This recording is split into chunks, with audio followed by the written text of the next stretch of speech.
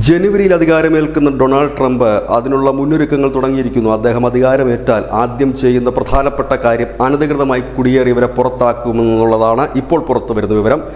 അതിനായിട്ട് ദേശീയ അടിയന്തരാവസ്ഥ അമേരിക്കയിൽ പ്രഖ്യാപിക്കാനായി ട്രംപ് ഒരുങ്ങുന്നു. ഒപ്പം തന്നെ സൈനിക വിഭാഗങ്ങൾക്ക് നിർദ്ദേശം നൽകിയിരിക്കുന്നു. ഒന്നാം ഘട്ടത്തിൽ, അതായത് ആദ്യ ഘട്ടത്തിൽ പുറത്താക്കുന്നത് അവിടെ പ്രശ്നങ്ങൾ സൃഷ്ടിക്കുന്ന ക്രിമിനൽ സംഘങ്ങളെയും സംഘടനകളെയും ഒപ്പം തന്നെ കുറ്റവാളികളായിട്ടുള്ളവരെയും നാടുകടത്തുക എന്നുള്ളതാണ് ആദ്യഘട്ടത്തിൽ ചെയ്യുക.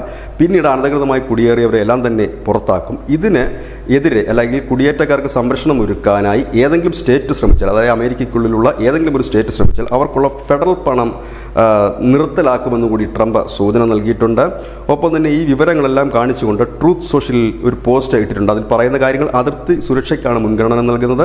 ഒപ്പം തന്നെ ഇമിഗ്രേഷൻ എൻഫോഴ്സ്മെൻറ്റിനും വലിയ പരിഗണന നൽകുന്നുണ്ട്.